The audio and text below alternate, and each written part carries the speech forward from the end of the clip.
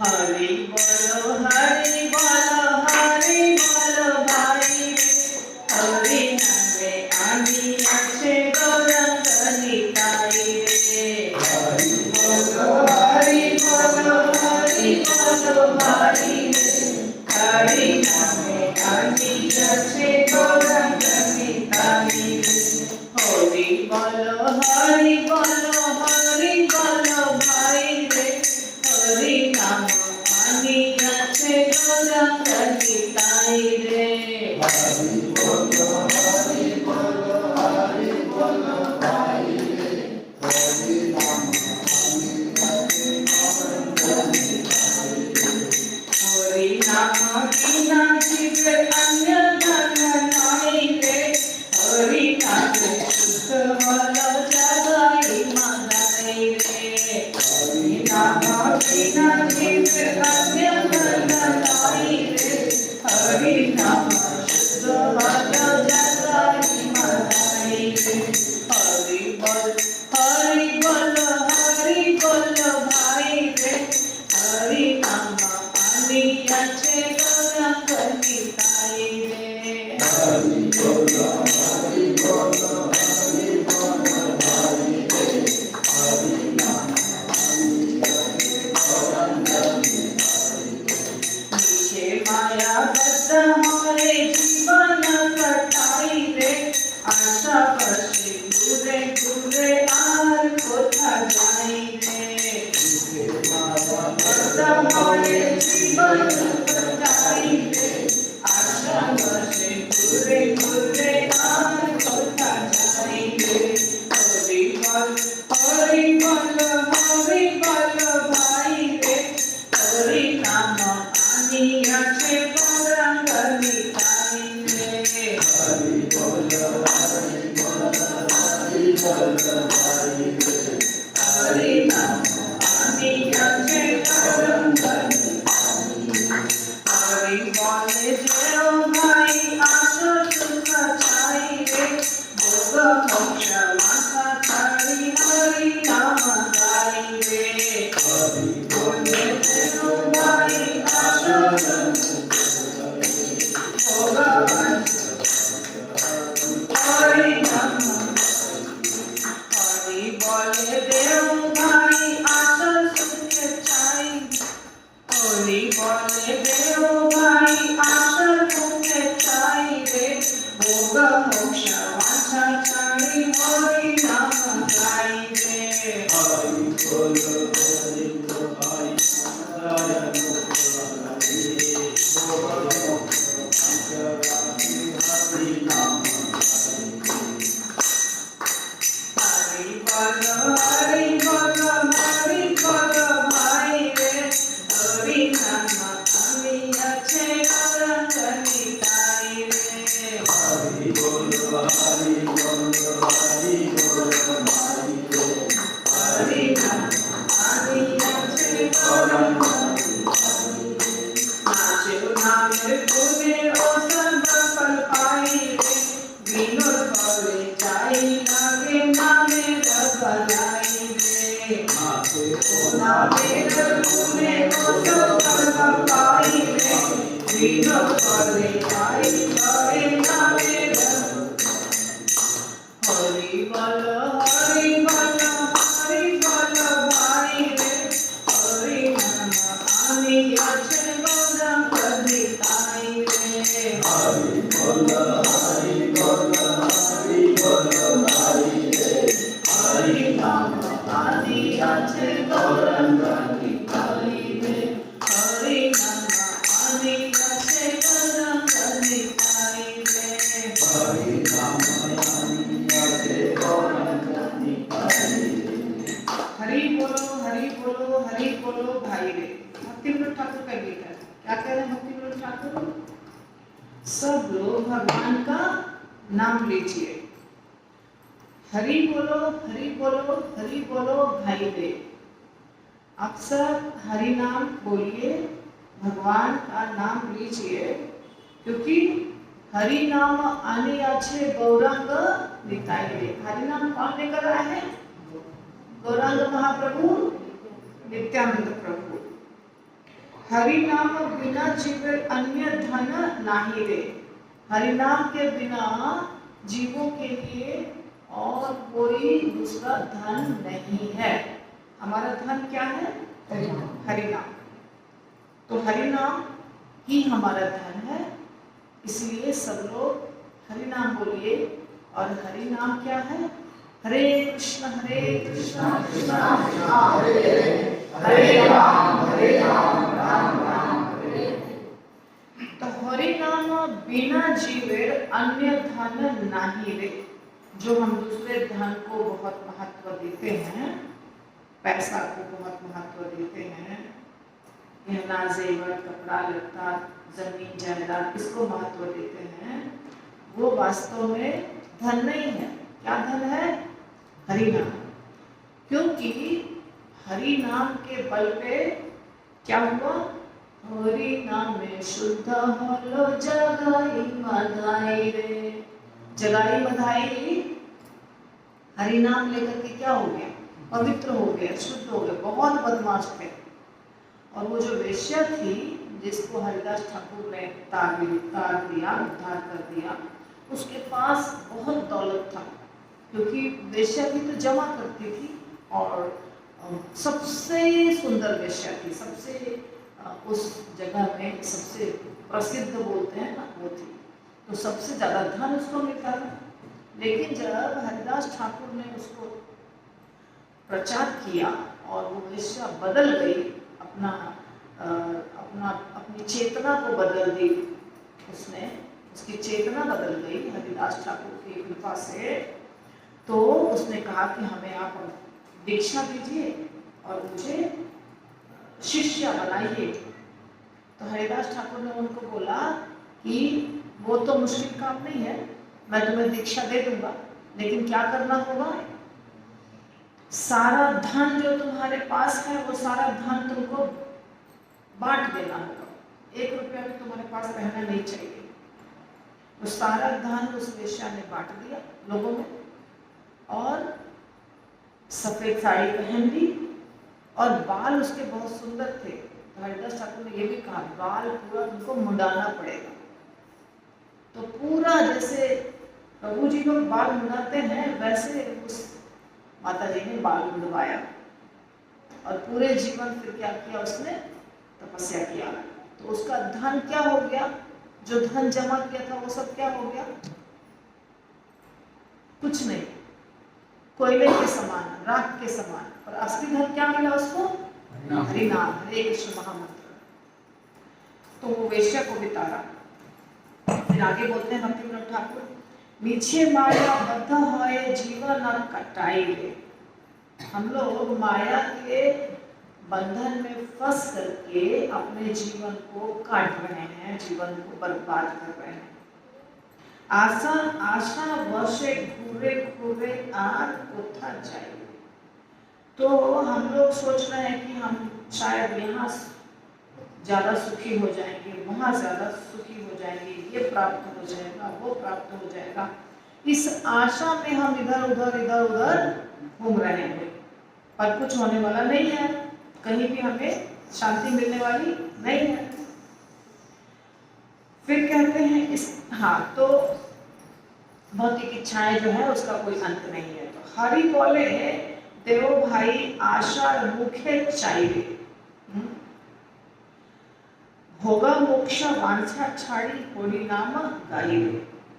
तो हे भाई, हम लोग सबको बोल रहे हैं भाई, भौतिक इच्छाओं को देखते हुए हरि बोलो। शाश्वत आनंद को पाने के लिए भौतिक इच्छाओं से मुक्त होना पड़ेगा। दोनों चीज एक साथ नहीं मिलती है। दुविधा में दोनों गए, माया मिली ना राम। अगर हमको दोनों चीज की इच्छा होगी तो दोनों में से कुछ भी प्राप्त नहीं होगा। इसलिए कह रहे हैं होरी बोले देव भाई आशा मुखे चाहिए, भोग मोक्ष वांछा छाड़ी होरी नाम गए। भोग मोक्ष की वांछा या इच्छा को छोड़ दो और हरि नाम का गुणगान करो। नाचे वो नामेरा गुने ओ सब फल पाई रे, विनोद बोले जाई लॉय नामेरा बलाई। तो पवित्र नाम की शक्ति एवं दिव्य गुणों के कारण दिव्य भाव में लीन होकर नृत्य करता हूँ और इसलिए मैं यह परिणाम को समझ पा रहा हूँ। भक्ति विनोद ठाकुर कह रहे हैं कि सिर्फ हरिनाम के बल पर ही ये दुनिया की जो आदतें हैं, गंदी आदतें, भोग मोक्ष वांछा जो सब है, जो दोष है, उसके ऊपर विजय प्राप्त किया जा सकता है। कैसे विजय प्राप्त किया जाएगा? किस चीज के बल पे? हरिनाम के बल पे। इसीलिए हरि बोलो हरि बोलो हरि बोलो हरि रे, हरि नाम आनी अच्छे गौरंग निताई रे। तो हरि बोलो, सब लोग जोर से बोलिए, हरे कृष्णा कृष्णा कृष्णा हरे हरे, हरे राम राम राम हरे हरे। तो श्रीमद् भागवतम में हम हैं तीसरे स्कंद 7वें अध्याय और 20वें नंबर श्लोक पर। ओम ज्ञानविज्ञानतस्य ज्ञानाञ्जनशलाकया चक्षुरुन्मिलितं येन तस्मै श्रीगुरुवे नमः।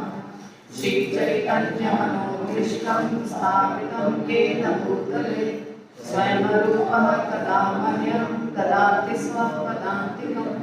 वन्देऽहं श्रीगुरो श्रीयुतापदकमलं श्रीगुरोर्वैष्णवांश्च श्रीरूपं साग्रजातं सहगणा रघुनाथान्वितं तं सजीवं साद्वैतं सावधूतं परिजनसहितं कृष्णचैतन्यदेवं श्रीराधा कृष्णपादान् सहगणललिता श्रीविशाखान्वितांश्च। नमः ॐ विष्णुपादाय कृष्णप्रेष्ठाय भूतले श्रीमते भक्तिवेदांत स्वामिनिति नामिने। नमस्ते सरस्वती देवे गौरवाणी प्रचारिणे, निर्विशेषा शून्यवादी पाश्चात्य देशतारिणे। नमो महावदान्याय कृष्ण प्रेम प्रदायते, कृष्णाय कृष्ण चैतन्य नामने गौरकुजे नमः। हे कृष्णा करुणा सिंधु दीनबंधु जगत्पते, भूपेश नमोस्तुते। कांचन गौरांगी चिराते वृंदावनेश्वरी, वृषभानुसुते देवी प्रणमामि हरिप्रिये। वाञ्छाकल्पतरुभ्यश्च कृपा सिन्धुभ्येव च पतितानां पावनेभ्यो वैष्णवेभ्यो नमो नमः। जय श्री कृष्ण चैतन्य श्री अद्वैत गदाधर श्रीवासादि गौर भक्तवृंद। हरे कृष्णा कृष्णा कृष्णा हरे हरे, हरे राम राम राम हरे हरे। जिन लोगों की तपस्या न्यून है वे उन शुद्ध भक्तों की सेवा नहीं कर पाते हैं जो भगवत धाम यानी वैकुंठ धाम के मार्ग पर अग्रसर हो रहे हैं। शुद्ध भक्त 100% उन भगवान की महिमा के गायन में लगे रहते हैं जो देवताओं के स्वामी तथा समस्त जीवों के नियंता है। तो विदुर जी बोल रहे हैं, ये बात जो हो रही है विदुर जी और मैत्रेय मुनि के बीच हो रही है। तो विदुर जी बोल रहे हैं, तो इसके पहले हमने देखा था कि कह रहे थे विदुर जी कि गुरु के चरणों की सेवा करने से मनुष्य भगवान की सेवा में दिव्य भाव उत्पन्न करने में समर्थ होता है। तो सेवा हम गुरु की भी करते हैं, भगवान की भी करते हैं, छोटे बड़े हर तरह के वैष्णवों की भी करते हैं। सबकी सेवा करने से हमें अच्छा होता है, फल प्राप्त होता है, ठीक है। लेकिन सब लोग सेवा नहीं कर पाते हैं। कुछ लोग कहते हैं कि हमको मौका ही नहीं मिलता है, और कुछ लोगों को मौका मिलता है तो भी वो नहीं करते हैं। तो क्या कारण है इसका? तो विदुर जी कहते हैं, जिनकी तपस्या न्यून है, यानी बहुत छोटी है, जिनकी तपस्या न्यून है, वे शुद्ध भक्तों की सेवा नहीं कर पाते। ऐसे शुद्ध भक्त जो भगवान के धाम जाने के रास्ते में हैं, शुद्ध भक्त जो होते हैं वो रास्ते में है भगवान के, अर्थात वो बहुत आगे निकले हुए हैं, भक्ति में बहुत आगे हैं और नजदीक है, पहुंचेंगे भगवत धाम, उसी को कहते हैं शुद्ध भक्त। इसके ऊपर बहुत प्रश्न उठा था, कौन शुद्ध भक्त होता है वगैरह। तो मौका किसको मिलता है शुद्ध भक्तों की सेवा करने का, या इच्छा किसके अंदर जागृत होती है कि हम सेवा करें? जिनके अंदर बहुत अच्छी सुकृति जमा है पहले से, चेतना, हमारे अंदर ये भाव पैदा होना चाहिए कि हम सेवा करें। जैसे कि हमारे हृदय में सुख दुख, करुणा, दया, लोभ, मोह, ये सब भावनाएं हैं, अच्छी और बुरी दोनों तरह की भावनाएं अपने आप जागृत होती है। होती है कि नहीं बताइए? होती है ना? तो उसी तरह सेवा की भी भावना अपने आप जागृत होती है, करने की इच्छा होती है हम सेवा करें, और किसी किसी में इच्छा नहीं होती है सेवा करने की। तो सेवा करने की इच्छा किसमें होती है? जो पूर्व जन्म के, कई पूर्व जन्मों में जिन्होंने, या इस जन्म में भी जिन्होंने किया है सेवा, जिनके ऊपर कृपा ऑलरेडी है, जिन्होंने तपस्या किया है, जिन्होंने सेवा किया है, जिन्होंने बहुत सारे अच्छे सत्कर्म किए हैं, उसके अंदर ही ये भाव भी पैदा होता है और उसको मौका भी मिलता है। तो अगर हमको मौका नहीं मिल रहा तो हमको क्या करना चाहिए? मौका तो सबको मिलता है ना? मौका सबको मिलता है, पर हम आलस के कारण उस मौका को उठाते नहीं है, फायदा उसका उठाते नहीं। मौका सबको मिलता है, क्योंकि सेवा जो है ना, सीधे ऐसा नहीं है कि सेवा आपको सीधे गुरु की मिलेगी। सेवा आपको कहीं भी छोटी मोटी सेवा सब जगह मिलती है, और जब आप उसको करते रहते हैं तब देखिए भगवान जो है ना, हम सबके हृदय में परमात्मा के रूप में बैठे हुए हैं भगवान। तो भगवान आपको कोई भी चीज का एक मौका देते हैं, जैसे यात्रा ले जाने के लिए मौका देंगे, प्रचार करने का मौका देंगे। अब जैसे आपको एक बच्चे को संभालने का मौका दिया, मान लीजिए एक छोटा सा बच्चा वो आपके घर में आया है, पैदा हुआ है, तो भगवान ने मौका दिया ना, उसको बड़ा करो। दिया कि नहीं दिया? किसने दिया ये मौका? भगवान। इसी तरह भगवान आपको सेवा करने का मौका देते हैं, लेकिन जब आप सेवा नहीं कर पाते हैं सही तरीके से, अच्छे भाव से, प्यार से, तो मौका छीन लेते हैं, मौका छीन भी लेते हैं। और जैसे आपके पास गाड़ियां हैं, सबके पास, छोटी साइकिल से लेकर के बड़ी गाड़ी तक, आप किसी व्यक्ति को, आपके यहाँ एक नौकर है, उस नौकर को आपने साइकिल चलाने दिया, उसको मन कर रहा है कि मैं 4 व्हीलर चलाऊं, मैं साइकिल क्यों चलाऊं, मुझे तो 4 व्हीलर चलाने की इच्छा है, ये उसका मन है। पर आप उसको 4 व्हीलर नहीं दे रहे हैं चलाने, आप उसको क्या दे रहे हैं? साइकिल। पर आपके पास 4 व्हीलर भी है, आप क्या करेंगे? जब वो साइकिल अच्छे से चलाएगा तब मोटरसाइकिल देंगे, और जब वो मोटरसाइकिल अच्छे से चलाएगा तब कार देंगे, है ना? इसी तरह भगवान के पास सब सेवा है, पर आपको वो सेवा देते हैं पहले जिसके आप लायक हैं, और जब आप उसको बहुत अच्छे से करते हैं तब उससे थोड़ी बड़ी सेवा देते हैं, और जब उसको बहुत अच्छे से करते हैं तब उससे भी थोड़ी बड़ी सेवा देते हैं। ऐसा नहीं है कि भगवान के पास सेवा की कमी है, या गुरु के पास सेवा की कमी है, पर आपको कौन सी सेवा पहले मिलेगी? जिसके लायक हम। पर आप सोचेंगे नहीं, हम तो उसके लायक हैं, बहुत बड़ी सेवा के लायक हैं, हम ये नहीं करेंगे, हम वो करेंगे। नहीं मिलेगा ऐसा।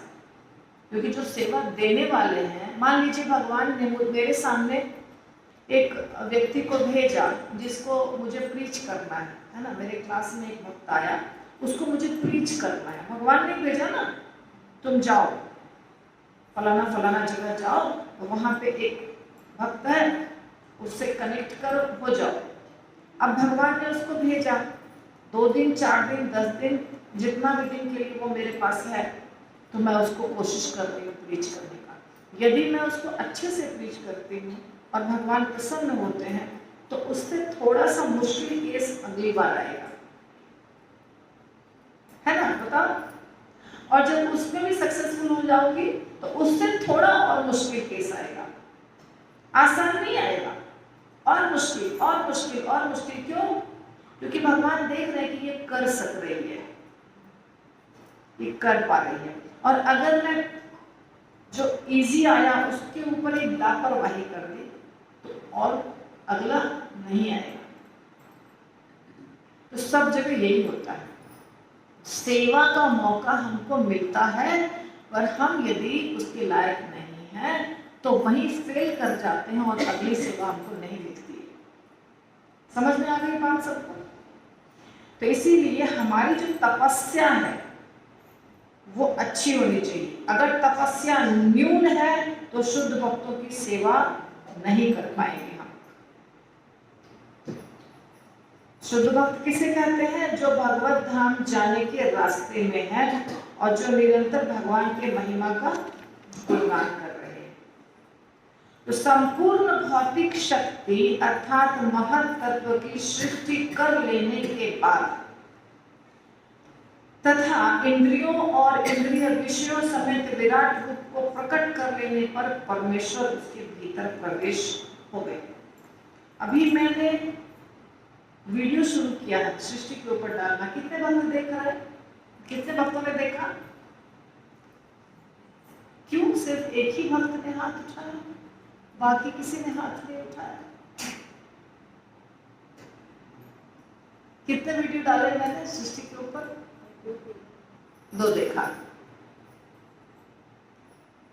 8 वीडियो डाले हैं मैंने शॉर्ट्स में और बड़े में 1। शॉर्ट्स में 8 और बड़े में 1। तो आप जो प्रश्न यहाँ पूछते हैं, ये यहाँ पर जो आप मेरे से प्रश्न पूछते हैं, वो सारे प्रश्नों का उत्तर मेरे वीडियो में है। इसलिए यहाँ मत पूछिए, वीडियो देखिए। बात समझ में आ रही है? बहुत क्लियर आपको समझ में आ जाएगा हर चीज, बहुत आराम से समझ में आ जाएगा और वो चलता रहेगा।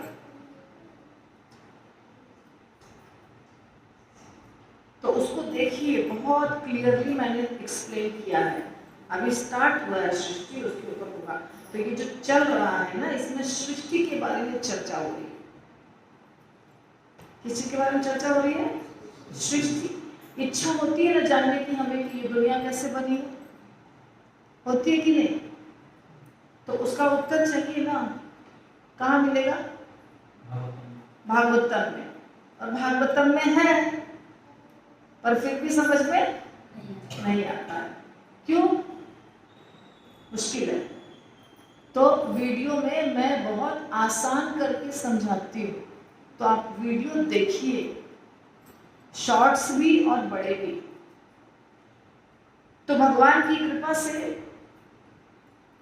मैंने अभी स्टार्ट किया है और शॉर्ट्स 8 बने हैं और बड़े बड़ा एक में सब इंक्लूड कर दिया है। तो उसको आप प्लीज देखिए, तभी आपका सारा दुविधा क्लियर होगा। यहाँ पे वीक में एक बार 1 घंटे में कितना समझाऊंगी मैं? तो यहाँ पे बता रहे हैं कि संपूर्ण भौतिक शक्ति अर्थात महत तत्व, भगवान ने पहले किसकी सृष्टि की? महत तत्व की। और महत् तत्व की सृष्टि कर लेने के बाद इंद्रियां और इंद्रियों के विषय उसकी सृष्टि की, और उसके बाद विराट रूप को प्रकट किया और भगवान उसके अंदर प्रवेश कर गए। प्रभुपाद ने इसका छोटा सा तात्पर्य दिया है। मैत्रेय मुनि के उत्तरों से पूरी तरह तुष्ट होकर विदुर भगवान के सृजन कार्य के शेष अंशों को भी समझना चाह रहे थे, जिनका संकेत पिछली कथाओं से उन्होंने प्राप्त किया था। विदुर जी चाह रहे हैं सृष्टि को समझना, और इसीलिए विदुर जी प्रश्न पूछ रहे। बस इतना ही परपोट है और कुछ भी परपोट नहीं। इसके आगे भी ऐसे ही प्रभुपाद ने परपोट नहीं दिया है, परपोट ज्यादा नहीं दिया है। कारनार्णव में शयन करता पुरुष अवतार भौतिक सृष्टियों में आदि पुरुष कहलाता है, और उनके विराट रूप में जिसमें सारे लोक तथा उनके निवासी रहते हैं कई कई हजार हाथ पांव होते हैं। विराट पुरुष के बारे में हमने पहले बता दिया है। किस कैंटो में? Second canto. सेकंड कैंटो में इसके ऊपर चर्चा लंबी हो चुकी है, तो इसीलिए उसके ऊपर चर्चा हम नहीं करेंगे। यहाँ पर ये बता रहे हैं कि भगवान कारण जल में जो भगवान लेटते हैं, जिनका नाम है कारणोदक्षाय विष्णु, उनका एक और नाम है, वो क्या है? आदि पुरुष। और उनके विराट रूप में जिसमें सारे लोग रहते हैं, ये जो पूरा ब्रह्मांड है इसके अंदर विराट रूप फैला रहता है, ठीक है। और भगवान के हजारों हाथ और पैर होते हैं, इतना वर्णन है। और प्रभुपाद ने क्या बताया है सुन लीजिए। प्रथम पुरुष कारणोदक्षाय विष्णु है, द्वितीय पुरुष गर्भोदक्षाय विष्णु है, तृतीय पुरुष शिरोदक्षाय विष्णु है, जिनमें विराट पुरुष की कल्पना की जाती है। विराट पुरुष की कल्पना की जाती है जिनमें किनमें की जाती है? यहाँ पर प्रभुपाद ने लिखा है एक ही सेंटेंस में सब कुछ, जिनमें विराट पुरुष की कल्पना की जाती है, जिसमें सारे लोग अपने विभिन्न विकासों तथा निवासियों समेत तैरते रहते हैं। हो गया परपोट खत्म, और कुछ भी नहीं है परपोट। क्यों नहीं है? क्योंकि एक ही चीज बार बार प्रभुपाद नहीं समझाते हैं। प्रभुपाद ने इन चीजों को पहले समझा दिया है, तो मैं भी इन चीजों को ज्यादा लंबा नहीं करूंगी। मैंने भी इन चीजों को समझा दिया है ऑलरेडी, तो अभी हम सिर्फ पढ़ेंगे। अब आप समझेंगे कहाँ पे? मेरे वीडियो से। अब आप वीडियो से समझेंगे। अब नहीं टाइम मिलता है तो ये मेरा प्रॉब्लम नहीं है। आपको समझना कहाँ से है ये चीज? वीडियो से। क्लास में जैसे जैसे आ रहा है वैसे वैसे मैं समझा रही हूँ, और ये सारी चीजें ऑलरेडी समझ दूसरे क्लासेस में हो चुका है। तो फिर इसके ऊपर ज्यादा चर्चा करेंगे तो क्या होगा? क्लास लगेगा। ये सब के ऊपर चर्चा हो चुकी है कि नहीं? पहले बताइए, हो चुकी है कि नहीं? हो चुकी है ना? हो चुकी है चर्चा, ठीक है। तो हे महान ब्राह्मण, आपने मुझे बताया है कि विराट रूप तथा उनकी इंद्रिय विषय तथा 10 प्रकार के प्राण 3 प्रकार की जीवन शक्ति के साथ विद्यमान रहते हैं। अब यदि आप चाहें तो कृपा करके मुझे विशिष्ट विभागों की विभिन्न शक्तियों का वर्णन करें। नो परपोर्ट, एक शब्द भी परपोर्ट इसमें नहीं है। हे प्रभु, मेरे विचार से पुत्रों, पौत्रों तथा परिजनों के रूप में प्रकट शक्ति सारे ब्रह्मांड में विभिन्न रूपों तथा योनियों में फैल गई है। इसमें भी कोई परपोर्ट नहीं है। तो आगे बढ़ते हैं। हे विद्वान ब्राह्मण, कृपा करके बताएं कि किस तरह समस्त देवताओं के मुखिया प्रजापति यानी ब्रह्मा ने विभिन्न युगों के अध्यक्ष विभिन्न मनुओं को स्थापित करने का निश्चय किया।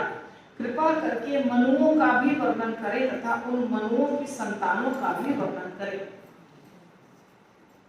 तो अभी जो पूछ रहे हैं विदुर जी मैत्रेय मुनि से वो पूछ रहे हैं कैसे इस दुनिया में प्रजा भरी, ये दुनिया जो भरा ना जीवों से, वो कैसे भरा, मतलब मनु, उनकी संतान, संतान की संतान। पहले तो एक व्यक्ति पैदा हुए थे, कौन? ब्रह्मा जी। गर्भोदक्षाई विष्णु ने कितने लोगों को पैदा किया बताइए? सिर्फ एक। वो कौन है? ब्रह्मा जी। और ब्रह्मा जी से फिर पूरी सृष्टि, ठीक है? ब्रह्मा जी ने पूरी सृष्टि की। तो कैसे सृष्टि की, उसका खानदान कैसे कैसे चला, इसके बारे में पूछ रहे हैं। तो अपने आप आंसर आएगा और आप अपने आप समझिएगा आगे, है ना? जब प्रश्न पूछा है तो उत्तर तो देंगे मैत्रेय मुनि, तो उत्तर जैसे जैसे आएगा वैसे वैसे हम समझेंगे। इसलिए प्रभुपाद परकोट नहीं लिख रहे हैं, खाली प्रभुपाद क्या लिख रहे हैं? मानव जाति या मनुष्य सब मनुष्य मनुओं से उत्पन्न हुई है, इसलिए हम कहलाते हैं मानव, क्योंकि हमारे पिता कौन है? मनु महाराज, जो प्रजापति ब्रह्मा के पुत्र तथा पौत्र हैं। मनु की संतानें समस्त विभिन्न लोकों में निवास करती हैं और संपूर्ण ब्रह्मांड पर शासन करती हैं। तो ये जो धरती है, पृथ्वी है, जहाँ हम रह रहे हैं, सिर्फ यहीं पर हम लोग हैं ऐसी बात नहीं है।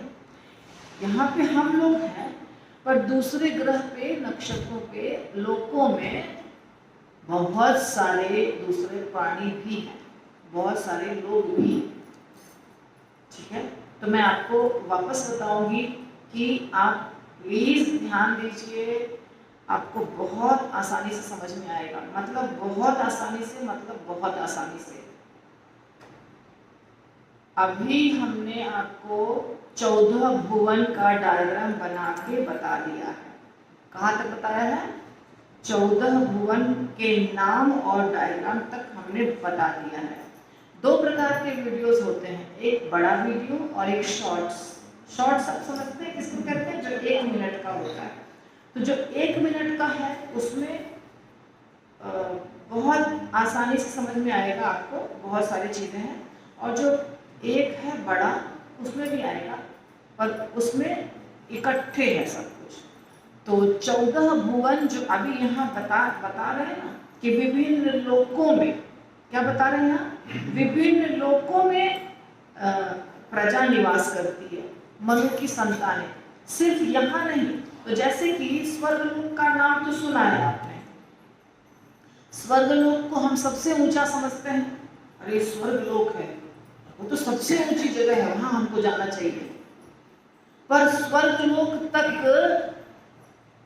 सिर्फ देवतागण जाते हैं। देवता कहाँ रहते हैं? स्वर्गलोक में। पर स्वर्गलोक सबसे ऊंची जगह नहीं है। स्वर्गलोक के ऊपर जो लोग हैं वहां रहते हैं तपस्वी, जो बड़े बड़े तपस्या करने वाले ऋषि मुनि हैं। वो स्वर्गलोक तक में कहीं नहीं जाते हैं, उसके ऊपर जाते हैं। क्यों? क्योंकि स्वर्गलोक तक में डिस्टर्बेंस बहुत ज्यादा है। देवतागण जो हैं वो उत्पात मचाते रहते हैं हर समय।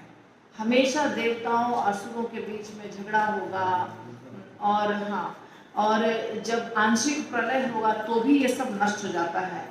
लेकिन जो स्वर्गलोक के ऊपर के लोग हैं वो नहीं नष्ट होते हैं। सत्यलोक, तपलोक, जनलोक, महरलोक, ये सब नहीं नष्ट होते हैं आंशिक प्रलय में, ये सब रहते हैं। तो यहाँ पे रहते हैं बड़े बड़े अच्छे अच्छे ऋषि मुनि तपस्वी कर। समझ आएगा? तो ऐसा नहीं है कि स्वर्गलोक सबसे अच्छा है और सबसे ऊंचा है, ऐसा नहीं। तो ये सारे लोकों में निवास करते हैं मनु की संतान। ये मनु जो है ना, मनु महाराज पृथ्वी पर शासन नहीं करते हैं, पूरे ब्रह्मांड पर शासन करते हैं। ब्रह्मांड में तो बहुत सारे लोग हैं, वो उतना सब पे शासन करते हैं। तो हे मित्रा के पुत्र, मैत्रेय मतलब मित्रा के पुत्र, इसलिए उनका नाम क्या हुआ? मैत्रेयी। हे मित्रा के पुत्र, कृपा करके इस बात का वर्णन करें कि किस तरह पृथ्वी के ऊपर के तथा नीचे के लोग स्थित हैं और किस तरह उनकी तथा पृथ्वी लोगों की माप का भी उल्लेख कीजिए। बहुत अच्छा। मैंने क्यों शुरू किया ये बनाना ये वीडियो, क्योंकि एक कथा में वो आ रहा है। तो जैसे जब मैं गई यहाँ से ग्वालियर, उसके पहले मैं बोल कर गई थी ग्वालियर से आने के बाद मैं सृष्टि के ऊपर वीडियो बनाऊंगी तो आपको बहुत आसानी से समझ में आ जाएगा हर चीज, बहुत आसानी से। तो यहाँ पर वही पूछ रहे हैं कि कितने लोग हैं, जो डायग्राम ऑलरेडी मैंने बना दिया है 14 भुवन का।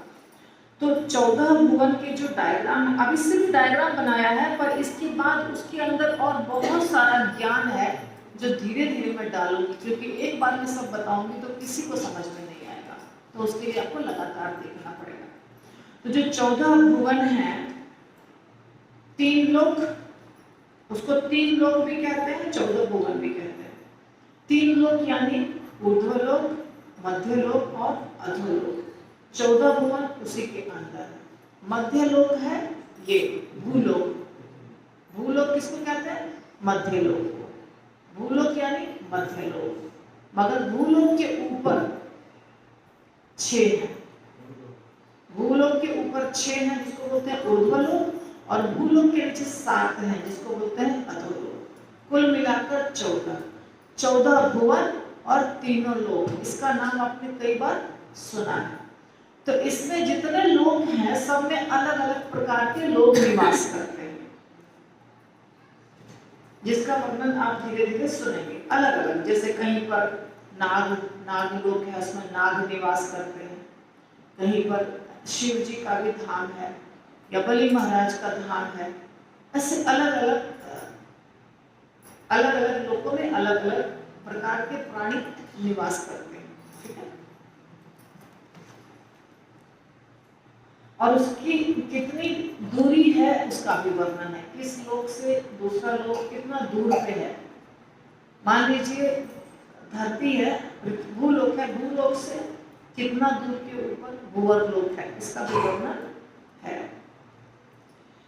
यस्मिन् विज्ञाते सर्वमेवं विज्ञातम् भवति। यह वैदिक स्तोत्र बलपूर्वक घोषित करता है कि भगवान का भक्त भगवान से संबंधित समस्त भौतिक तथा आध्यात्मिक वस्तुओं को जानता है। भक्तगण केवल भावुक ही नहीं होते, जैसा कि कुछ अल्पज्ञों की भ्रांत धारणा है। उनका निर्देशन व्यावहारिक होता है। वे हर विद्यमान वस्तु को जानते हैं और विभिन्न सृष्टियों में भगवान के आधिपत्य को सविस्तार जानते हैं। तो श्रीमद्भागवतम में और वेदों में बहुत सारी चीजें ऐसी हैं जिससे आपको पूरे ब्रह्मांड का ज्ञान प्राप्त होता है। पूरे ब्रह्मांड में क्या क्या है, कहाँ कहाँ है, कहाँ से कितना दूर पे है, ये सबका ज्ञान वैदिक शास्त्रों में है। बल्कि साइंटिस्ट पता नहीं लगा पाए हैं, पर शास्त्रों में पहले से है। तो कृपया जीवों का विभिन्न विभागों के अंतर्गत यथा मानवेतर, मानव, भ्रूण से उत्पन्न, पसीने से उत्पन्न, द्विजन्मा, पक्षी, पौधों, शाखों का भी वर्णन करें। कृपया उनकी पीढ़ियों और उप विभागों का भी वर्णन करें। तो 84 लाख योनियां हैं कुल मिलाकर। तो 84 लाख योनियां कैसे हैं ये तो बताएंगे मैत्रेय मुनि बाद में। पहले विदुर जी पूछ रहे हैं कितने प्रकार के प्राणी हैं, वो कैसे हैं, कैसे उत्पन्न हुए हैं। जल में रहने वाले प्राणी, हवा में रहने वाले प्राणी, मिट्टी पर रहने वाले प्राणी, चलने वाले, नहीं चलने वाले, है ना, स्थावर, जंगम, सब तरह के प्राणियों का वर्णन कीजिए, विभागों का वर्णन कीजिए। कृपया प्रकृति के गुणावतार ब्रह्मा, विष्णु, महेश्वर का भी वर्णन कीजिए। अवतार बहुत प्रकार के होते हैं, एक उसमें है गुणावतार, है ना। तो गुणावतार में 3 ही आते हैं, कौन कौन? ब्रह्मा, विष्णु और महेश। तो उनका भी वर्णन कीजिए। और कृपया भगवान के अवतार तथा उनके उदार क्रियाकलापों का भी वर्णन कीजिए। ये जो श्रीमद् भागवतम ग्रंथ है ये इतिहास है पर इतिहास नहीं है। कैसे इतिहास है और इतिहास नहीं है?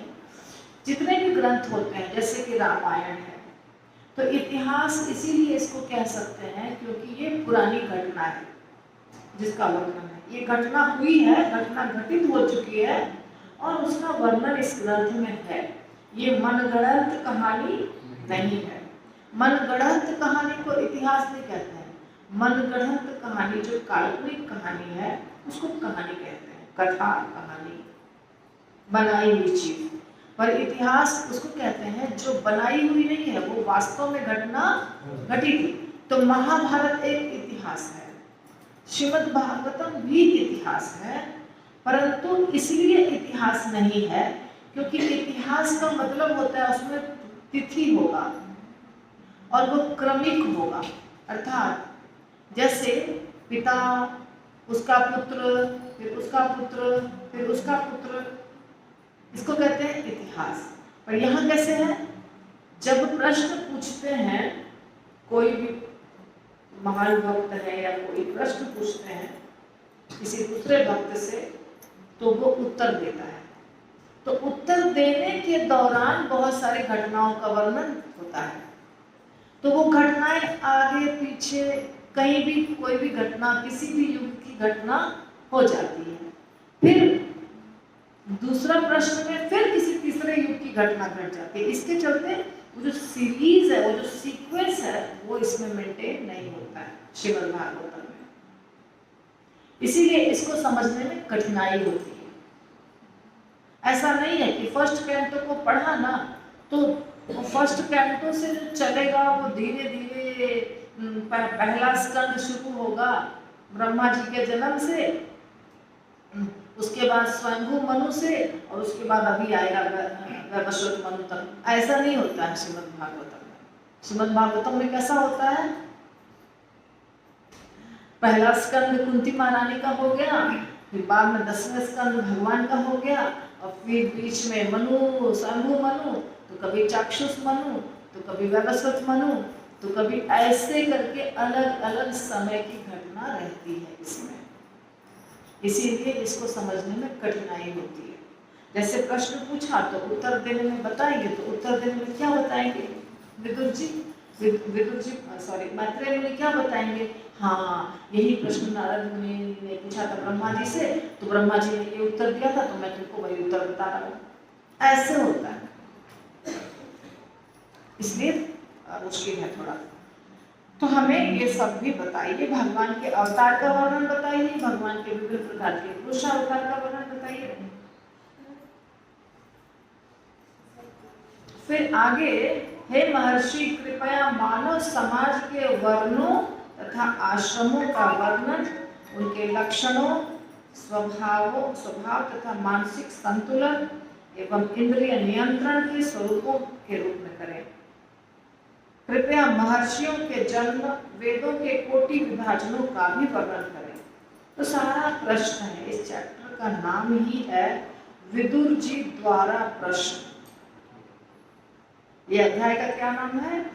विदुर जी द्वारा प्रश्न। ये सारे प्रश्न हैं और बाद में मैत्रेय मुनि अगले अध्याय से बताना शुरू करेंगे। तो अगले अध्याय से जो आपके दिमाग में अभी उठ रहा है ना, वो सबका उत्तर मिलेगा। क्लास अगर लगातार अटेंड करेंगे तो उत्तर मिल जाएगा। तो समाज के, मानव समाज में जो वर्ण है, आश्रम है, विभिन्न प्रकार के उनके लक्षण, उनका स्वभाव, मानसिक संतुलन, इंद्रिय नियंत्रण, ये सारे प्रश्न भी पूछ रहे हैं। और फिर कहते हैं कि कृपया विभिन्न यज्ञों के विस्तारों तथा योग शक्तियों के मार्गों, ज्ञान के वैश्विक अध्ययन तथा भक्ति और उनके विधि विधानों का भी वर्णन करें। तो इससे हम क्या समझते हैं कि हम जब दो भक्त एक साथ बैठते हैं, दो भक्त भी बैठते हैं कभी कभी एक साथ, ज्यादा भी बैठते हैं, पर यहाँ दो ही हैं, विदुर जी और मैत्रेय मुनि। कितने लोग हैं? और परीक्षित महाराज जब सुखदेव गोस्वामी से मिले थे तो अभी दो ही थे, परीक्षित महाराज और सुखदेव गोस्वामी। बाद में भीड़ जमा हुई। क्यों भीड़ जमा हुई? क्योंकि सुखदेव गोस्वामी ने जब शुरू किया तो तुरंत बात फैल गई। बिना मोबाइल के ही उन दिनों बात फैल जाती थी। ऐसा नहीं है। यहाँ पे सुखदेव गोस्वामी परीक्षित महाराज होते, वहाँ प्रश्न एक ही कर रहे थे, उत्तर वही दे रहे थे, पर दूसरा प्रश्न नहीं कर रहा था। 88,000 ऋषि वहाँ बैठे थे, कहीं कोई दूसरे ऋषि वहाँ प्रश्न नहीं कर रहे थे। नहीं, तो वहाँ पे कर रहे थे सूत गोस्वामी, सूत उवाच। वहाँ कर रहे थे प्रश्न, सूत गोस्वामी पूछ रहे थे ना, केवल वहाँ परीक्षित महाराज सुखदेव गोस्वामी से सूत गोस्वामी पूछ रहे थे ना थोड़ा बहुत प्रश्न। नहीं, परीक्षित महाराज तो सिर्फ शुरू में पूछे हैं, बाद में तो पूछे नहीं। जब स्टार्ट हुआ सिर्फ तभी पूछे, उसके बाद नहीं पूछे। सुखदेव गोस्वामी बताते रहे, थोड़ा बहुत पूछे, ज्यादा नहीं पूछे। सूत गोस्वामी जो ऋषि मुनियों को बोल रहे हैं वहां बहुत प्रश्न पूछा गया है, ज्यादा प्रश्न पूछा गया है।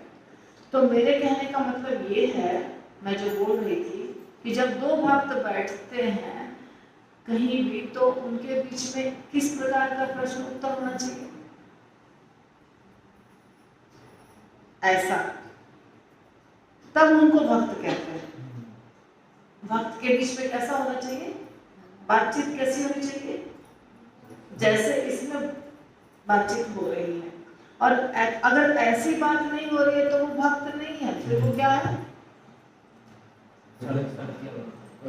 फिर वो भक्त नहीं है, वो फिर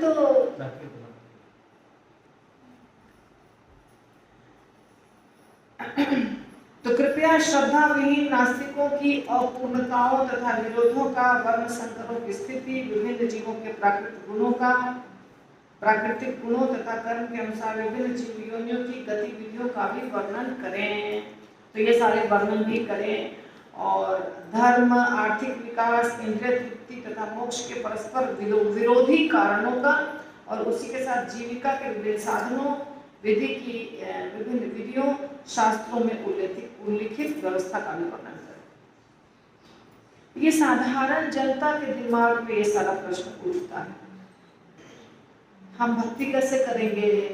हमको तो पैसा कमाना है, हम तो घर गृहस्थी वाले हैं, हमको बहुत सारा काम धंधा करना है, तो हम कैसे कर सकते हैं? ये सब प्रश्न उठता है। इसलिए यहाँ पे ऐसा प्रश्न पूछा।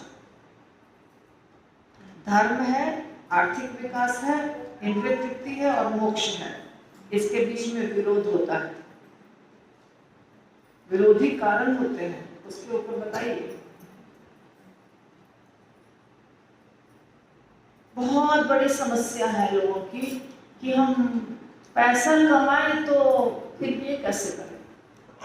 पैसा भी कमाना है और भक्ति भी करनी है और मोक्ष भी चाहिए, तो ये कैसे संभव है? तो ये प्रश्न यहाँ पे पूछा गया। संभव है कि नहीं संभव? बताइए। संभव है? तो ये दुविधा जो है ये हर युग में हर व्यक्ति के पास है कि दोनों चीज संभव नहीं है। और संभव है यदि हमारी चेतना सही हो तो, और चेतना सही नहीं हो तो संभव नहीं। सब कुछ हमारे चेतना के ऊपर निर्भर करता है। चेतना सही है तो आप करोड़ों धनराशि के बीच में बैठ के भी अनासक्त रहेंगे, और चेतना सही नहीं है तो अनासक्त नहीं रह सकते। उसके बाद क्या पूछ रहे हैं? पूर्वजों के श्राद्ध के नियम, पितृलोक की सृष्टि, ग्रहों और नक्षत्रों तथा तारकों के काल विधान, उनकी अपनी अपनी स्थिति के विषय में बतलाएं, भी पूछ रहे हैं। अब प्रभुपाद यहाँ छोटा सा पकड़ लिखे हैं कि दिन रात मास वर्ष की अवधियां विभिन्न ग्रहों, नक्षत्रों तथा तारकों में भिन्न भिन्न है। सही है ना? जितना समय का रात और दिन यहाँ होता है उतने ही समय का दूसरी जगह नहीं होता है। अब यहाँ का जो 6 महीना होता है, 6 महीने का जो समय होता है यहाँ पे, वो स्वर्ग लोक में आधा दिन होता है। आधा दिन यानी 12 घंटा। 24 घंटा में एक दिन होता है ना, हमारा 24 घंटा, तो हमारा 24 घंटा उनका, हमारा 1 साल उनका 24 घंटा, हमारा 1 साल उनका 24 घंटा होता है। इतना समय का फर्क है।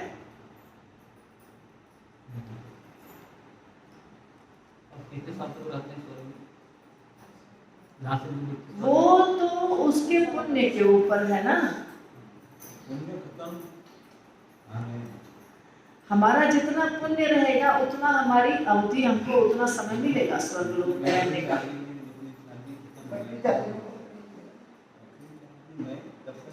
यहाँ पे पृथ्वी लोग में उम्र सीमित है कि 100 साल से ज़्यादा नहीं बच सकते हैं। वैसे स्वर्ग में कुछ नहीं पता नहीं ना, यहाँ पे अभी का समय 100 साल है ना, ये युग में, कलयुग में। और कलयुग के पहले हमारी उम्र कितनी थी? द्वापर में कितनी थी उम्र?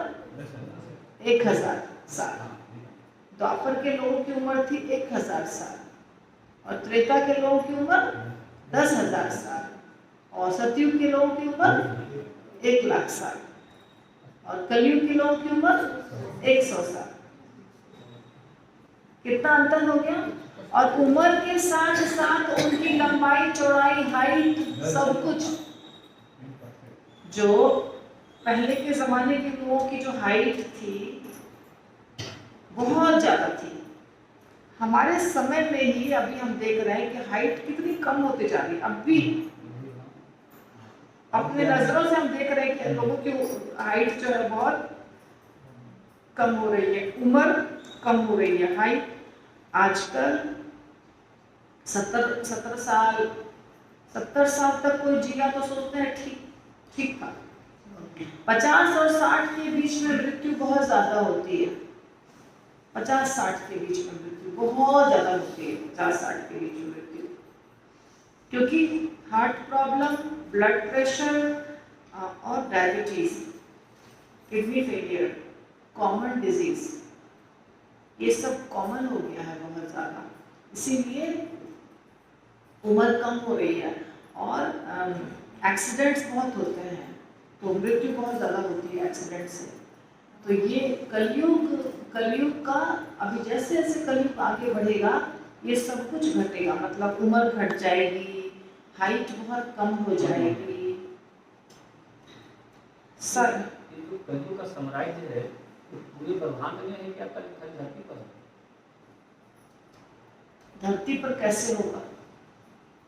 केवल देखिए, ये जो युग होता है ना, सत्य युग, द्वापर, त्रेता वगैरह जो युग होता है, ये तो सब जगह होता है। क्योंकि जैसे हम कहते हैं कि प्रलय आएगा, तो प्रलय में सिर्फ धरती नहीं डूबती है, क्या क्या डूबता है? सब ऊपर के 3 लोग रहते, बाकी सब डूब जाते। नहीं, जब आंशिक प्रलय होता है तब, आंशिक प्रलय और पूर्ण प्रलय 2 प्रकार का होता है।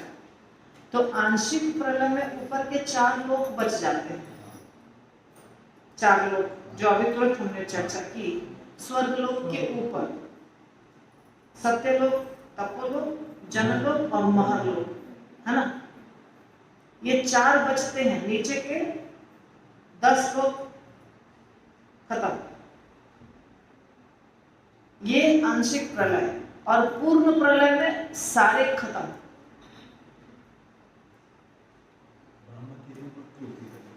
नहीं, ब्रह्मा की मृत्यु नहीं होती है।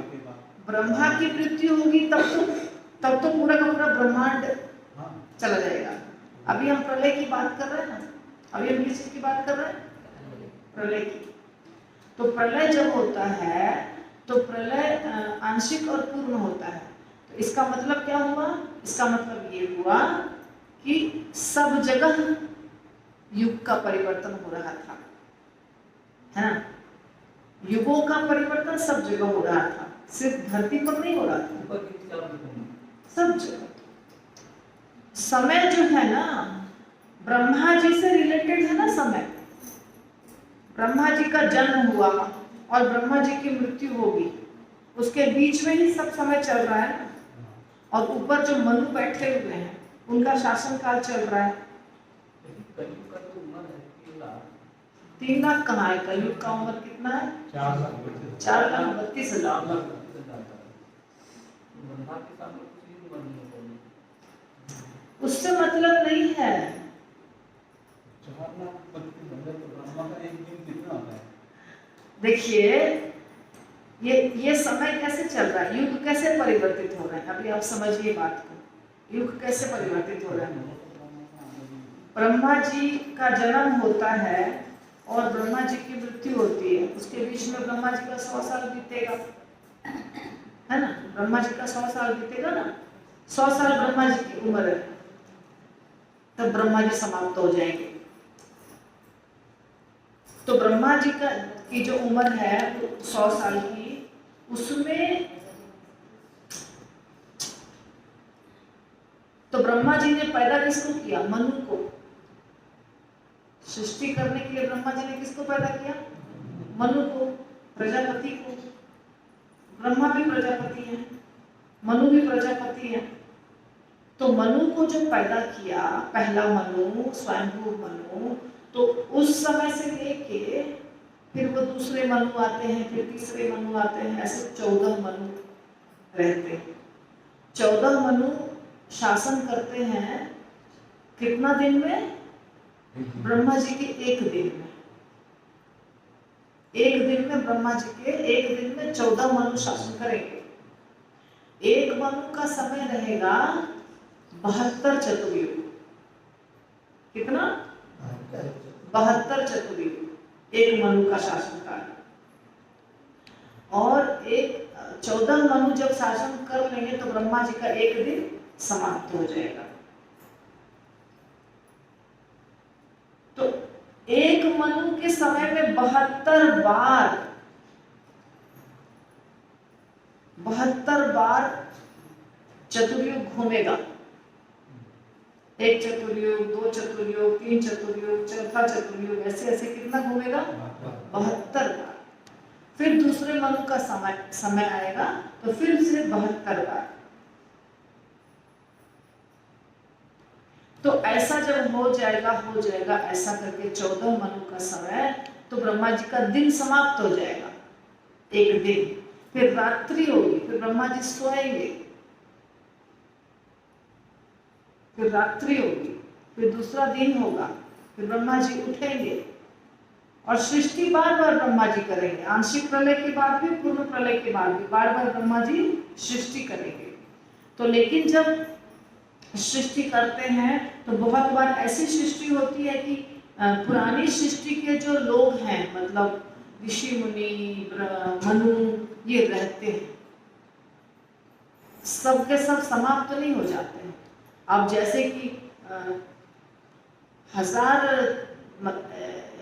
1000 बार चक्र मार रहा है ये चतुर्युग, तो 1000 बार मनु थोड़ी बदल रहे हैं। मनु तो टोटल कितने हैं? 14 ही। हाँ, तो वो मनु कहीं रहते हैं ऊपर के स्थान में, और कुछ जो जिनको प्रलय होना है आंशिक, उतना प्रलय हो जाता है, फिर से सृष्टि हो जाती है। क्योंकि जब सत्ययुग से शुरू हुआ और कलयुग तक चला 4 बार, सत्ययुग, त्रेता, द्वापर, कलयुग हुआ, तो लास्ट में कलयुग के बाद अचानक सत्ययुग वाले लोग थोड़ी प्रकट हो जाएंगे, परिवर्तन होगा ना। कलयुग का जो लास्ट होगा तो उसके बाद तो आंशिक प्रलय होना ही है, मतलब कुछ उथल पुथल तो होना ही है, उसके बाद सत्ययुग प्रारंभ होगा। तो उस समय सब लोग नहीं समाप्त होते हैं, मनु भी रहते हैं, ऋषि मुनि भी अच्छे रहते हैं, और बाकी लोगों की सृष्टि होती है। ऐसे ही करके सृष्टि जो है ना बहुत बार होती है। जानते ब्रह्मांड का पूरा पालन, भरण, पोषण सृष्टि, संहार, ब्रह्मा विष्णु महेश करते थे। तो 14 मनु को क्या करते हैं? वाह, सृष्टि कर लेने के बाद और कुछ नहीं होता है क्या? संहार तो वही कर रहे हैं, पालन वही कर रहे हैं, सृष्टि वही कर रहे हैं, तो ये क्या कर रहे हैं? तो आपका घर कौन चला रहा है? ब्रह्मा जी चला रहे हैं कि विष्णु के महेश? विष्णु चला रहे हैं। आपका घर कौन चला रहा है ये बताइए मुझे। पालन तो सब भगवान कर रहे हैं। नहीं,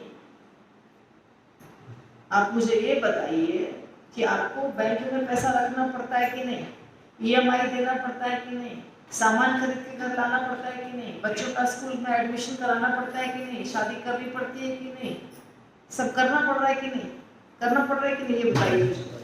करना पड़ रहा है ना, मतलब आप अपने घर को चला रहे हैं, मतलब आप अपने घर के मैनेजमेंट के मालिक हैं, अपने घर के मालिक हैं। इसी प्रकार पुणे शहर को भी कोई चला रहा है, कॉर्पोरेटर, मेयर, जो भी। इसी प्रकार महाराष्ट्र को भी कोई चला रहा है, इसी प्रकार इंडिया को भी कोई चला रहा है, अलग अलग देशों को भी कोई चला रहा है। व्यवस्था हर लेवल पे होती है। तो इसी प्रकार इस पूरी सृष्टि में का शासन मनु चला रहे हैं, मनु महाराज। पूरे सृष्टि, पूरे ब्रह्मांड। हाँ, तो फिर वहाँ दुर्गा देवी का क्या काम है? कैसे काम नहीं? जो देवी धाम का- जैसे मैंने आपको बताया कि आप अपने घर को चला रहे हैं पर आपका एक लिमिट है ना, आप अपने घर को चला रहे हैं पर आपका एक लिमिट है। उसी प्रकार मनु महाराज का एक लिमिट है। विष्णु भगवान की अलग सेवा है, मनु महाराज की अलग सेवा है, दुर्गा माता की अलग सेवा है, आपकी अलग सेवा है, प्रधानमंत्री की अलग सेवा है, राष्ट्रपति की अलग सेवा है, पुणे के कॉर्पोरेटर की अलग सेवा है। हर व्यक्ति की अलग अलग सेवा होती है। ऐसा नहीं है कि इसकी जरूरत है तो उसकी नहीं है, उसकी जरूरत है तो उसकी नहीं है, ऐसा नहीं होता। सबकी जरूरत होती है और सबकी सेवा अलग अलग प्रकार की होती है। ये व्यवस्था जो है, इस व्यवस्था में दुर्गा जी का स्थान कहाँ है?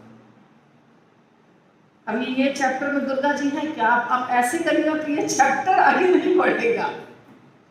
जहाँ पे जो चीज का चल रहा है, जो टॉपिक, उसको चलना चाहिए ना। अब दुर्गा माता का बिल्कुल अलग टॉपिक है और वो भी आएगा।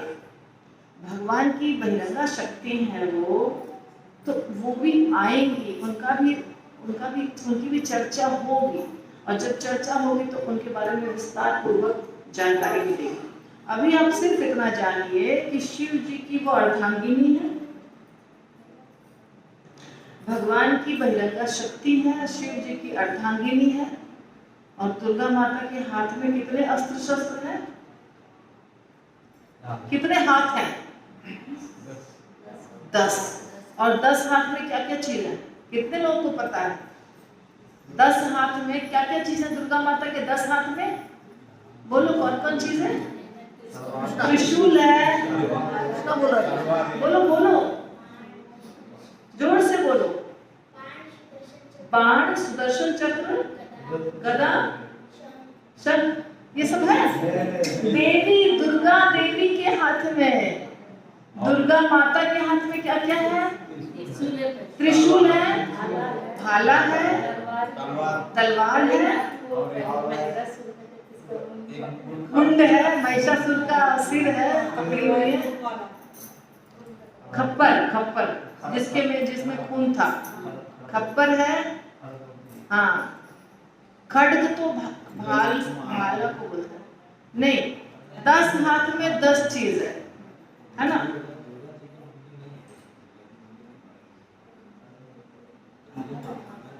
काली माता में है, राइट। काली माता उन्हीं का रूप है, दुर्गा माता का ही रूप है। जब शिव जी के ऊपर उनका पैर पड़ गया ना, विकराल रूप धारण किए हुई थी, क्रोध में थी, विकराल रूप धारण की हुई थी और मुंड, मतलब महिषासुर का वध किया था उन्होंने। किसका वध किया था? महिषासुर का।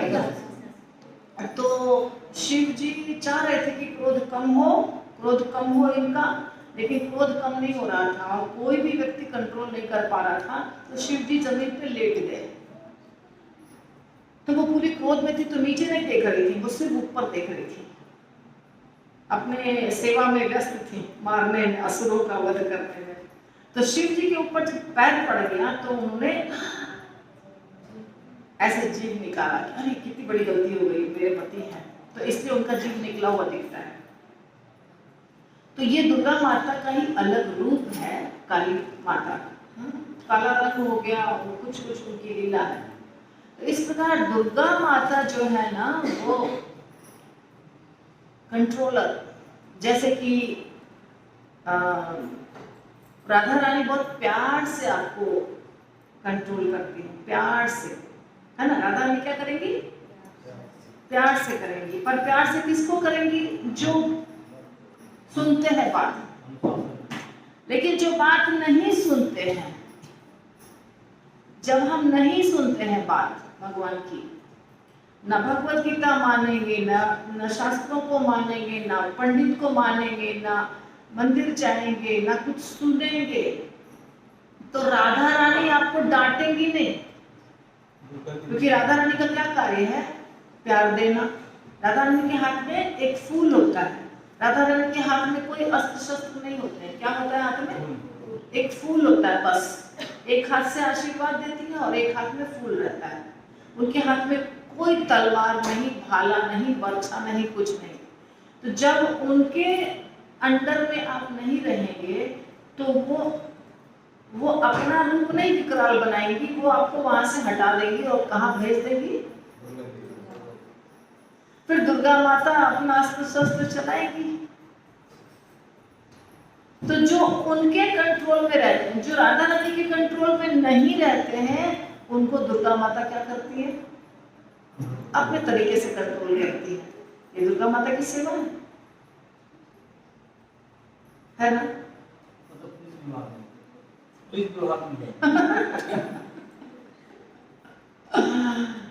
ये दुर्गा माता की सेवा, दुर्गा माता की सेवा बहुत सेवा है। दुर्गा माता की सेवा कम नहीं है। पूरे ब्रह्मांड में शिव जी और दुर्गा माता ये कंट्रोल कर रहे हैं। शिव जी तपस्या करते रहते हैं, दुर्गा माता कंट्रोल करते। जैसे आपके घर में है, आप अपने घर में हैं और आपके घर में मान लीजिए एक माता जी, जैसे मान लीजिए गोविंद प्रभु की पत्नी है, ये अपने घर में, बहुत बड़ा सा घर है, उसमें बहुत सारे लोग हैं, पति कमा के ला के दे रहा है और इनका कार्य है घर को चलाना, और सब बदमाश शैतान घर में है। तो जब सब शैतान है तो माता जो रहेंगी घर की, वो क्या करेंगी? शांति से बैठी रहेंगी क्या? वो सबको कंट्रोल करने के लिए डंडा लेना पड़ेगा, मारना पड़ेगा, पीटना पड़ेगा, सब कुछ कर। तो दुर्गा माता वही करे। सिंपल भाषा में ये समझ लीजिए, पूरे ब्रह्मांड में दुर्गा माता वही कर रही है, कंट्रोल कर रही है सबको। गुस्सा वाला कंट्रोल, प्यार वाला नहीं। प्यार वाला कंट्रोल जब आप प्यार की भाषा समझते हैं तो शुरू में राधा रानी के पास आप नहीं, आप राधा रानी आपको नहीं कंट्रोल करती है, दुर्गा माता भी प्यार देती है ना। दुर्गा माता का बहुत रूप है, अम्बा माता, दुर्गा माता, जगदम्बा माता, कितने नाम हैं, कितने रूप हैं। तो शेरा वाली है ना, और कहाँ जाते हैं ऊपर? वैष्णो देवी। तो ये सब जो रूप है उसमें प्यार भी है। बहुत बहुत बहुत प्यार करने वाले हो जाएंगे तो शिव जी भी भेज देंगे आपको कृष्ण के पास, और दुर्गा माता जी भी भेज देंगे आपको राधा रानी के पास। अब ये इस भौतिक दुनिया में रहने लायक नहीं है, अब इसको ट्रांसफर करो आध्यात्मिक जगत में, ठीक है। तब तक, जब तक उस लाइन में नहीं पहुंचते तब तक कंट्रोल करना पड़ता है दुर्गा माता, जब तक वहां हम नहीं पहुंचते तब तक। समझ में आ गया? और कोई प्रश्न? बोलिए। भगवान ब्रह्मा जी की सृष्टि करते हैं और उत्पन्न करते हैं, तो बाकी सृष्टि से ब्रह्मा जी करते हैं। तो सृष्टि में मनुष्य कोई भी जीव पर जिनका भी सृष्टि करते हैं, आत्मा जो भगवान के अंदर, आत्मा का तो सृष्टि ब्रह्मा जी नहीं कर सकते। तो वही कहना है कि सृष्टि भी भगवान जी करते हैं, ब्रह्मा जी सृष्टि में क्या करते हैं? शांत शांत रहेंगे आप लोग। ब्रह्मा जी सृष्टि कैसे करते हैं? ब्रह्मा जी सृष्टि सब जीवों का नहीं करते हैं। ब्रह्मा जी सृष्टि सिर्फ करते हैं प्रजापति का, बस। जैसे उनसे जन्मे स्वयंभू मनु और शत्रुपा। अब स्वयंभू मनु और शत्रुपा से सब पैदा होते हैं, पेड़ पौधे, जीव जंतु, मनुष्य, प्राणी, सब सब किससे पैदा होते हैं? हाँ, ऐसा नहीं कि ब्रह्मा जी बैठ बैठ के सबको बनाते रहते हैं खिलौने की तरह। चलो अभी हमने गाय बना दिया, अभी हमने घोड़ा बना दिया, ऐसा नहीं होता है। ब्रह्मा जी के शरीर से उत्पन्न होते हैं एक पुरुष और एक स्त्री, और फिर वो दोनों से संतति उत्पन्न होती है। यही है सृष्टि करने का तरीका। जैसे ब्रह्मा जी ने क्या बोला चारों कुमारों को, जो उनके पुत्र थे ना, उन्होंने क्या बोला? तुम विवाह करो और प्रजा को उत्पन्न करो। तो वो लोग क्या बोले? हमको नहीं करना है, हम ये सब नहीं करेंगे, हम जा रहे हैं भगवान का भजन करने के लिए। तो वैसे ही ब्रह्मा जी बोले फिर प्रिय व्रत को तुम करो। तो ब्रह्मा जी सबको बोलते, क्योंकि ब्रह्मा जी की सेवा है सृष्टि करना ना, तो ब्रह्मा जी बोलते हैं तुम करो तुम करो। दक्ष प्रजापति की सृष्टि की ब्रह्मा जी ने, तो ब्रह्मा जी सृष्टि करते हैं और फिर 1 से 2, 2 से 10, 1000, लाख, करोड़, वो सब होता है। समझ में आ गया? 3 लोग और 14 भुवन जो होता है, तो वो पूरे ब्रह्मांड को तो नहीं कर सकते। नहीं, ब्रह्मांड तो ब्रह्मांड के अंदर 3 लोग 14 भुवन ही है। तो अब उसके बाहर भी तो उसके बाहर क्या है ये आपको जानने के लिए पढ़ना पड़ेगा। इसलिए दुनिया में घूमता है। हाँ, घूमेगा ही ना। 3 लोक जो है, 3 लोक और 14 भुवन, उसके अंदर लोग रहते हैं। 3 लोक और 14 भुवन के अंदर प्राणी रहते हैं, पर बाहर प्राणी नहीं रहते हैं। 3 लोक 14 भुवन के बाहर जो जगह है उसमें अलग अलग चीजें हैं, उसमें कोई लोग नहीं रहते, वो पूरा अंधेरा है।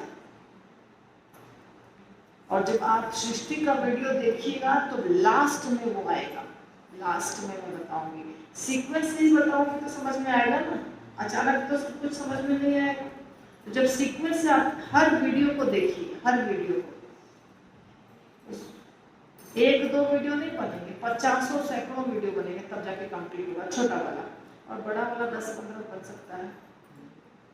तो आप प्लीज देखिए, सब कुछ मिल जाएगा, सबका आंसर मिल जाएगा। अच्छा, 3 पुरुष जो हैं, जाओगा मुझे चिरकाल विष्णु, पूरे ब्रह्मांड में कण-कण में बसे। तो ये जो विराट रूप भगवान का है। फिर से आ गए आप, ये विराट रूप के ऊपर लेक्चर हो चुका है। आपको वीडियो निकालिए और पढ़िए, देखिए। विराट रूप के ऊपर 2nd कैंटो के भागवतम के लेक्चर में काफी लंबा विराट रूप के ऊपर चर्चा हो चुकी है। ये 3rd कैंटो चल रहा है हमारा, है ना? ये 3rd कैंटो चल रहा है। विराट रूप जो है वो एक काल्पनिक है, वो कल्पना है। विराट रूप वास्तव में होता नहीं है, वो एक कल्पना है। ठीक है? जो पूरे ब्रह्मांड को कवर कर रहा है। पूरा ब्रह्मांड, जब भी हम कहते हैं पूरा ब्रह्मांड, यानी कि जहां सृष्टि है, यानी कि कमल के नाल के अंदर का भाग। जब चर्चा करते हैं तब, ऐसे तो पूरा ब्रह्मांड है, लेकिन हम जब सृष्टि की चर्चा कर रहे हैं, जब हम जीव जंतु प्राणी मनुष्य की चर्चा कर रहे हैं, तो उतना ही बात होगी, 14 भुवन की ही बात होगी, उसके आगे की बात नहीं होती है। ठीक है? तो वो जो 14 भुवन है, उसमें जो है वो सब विराट रूप, एक काल्पनिक विराट रूप होता है, जो जिसकी कल्पना की जाती है कि इनका हाथ ये है, इनका पैर ये है, नीचे का लोक इनके घुटने हैं, सुतल लोक, अतल लोक, ये सब इनका पैर है, सिर जो है सत्य लोक की तरफ है, ऐसा कल्पना किया जाता है विराट रूप का। ठीक है? हो गया सारा प्रश्न। श्रील प्रभुपाद की जय। निताई गौतम वंदे हरि हरि बोल। श्रीमद् भागवतम ग्रंथ की जय।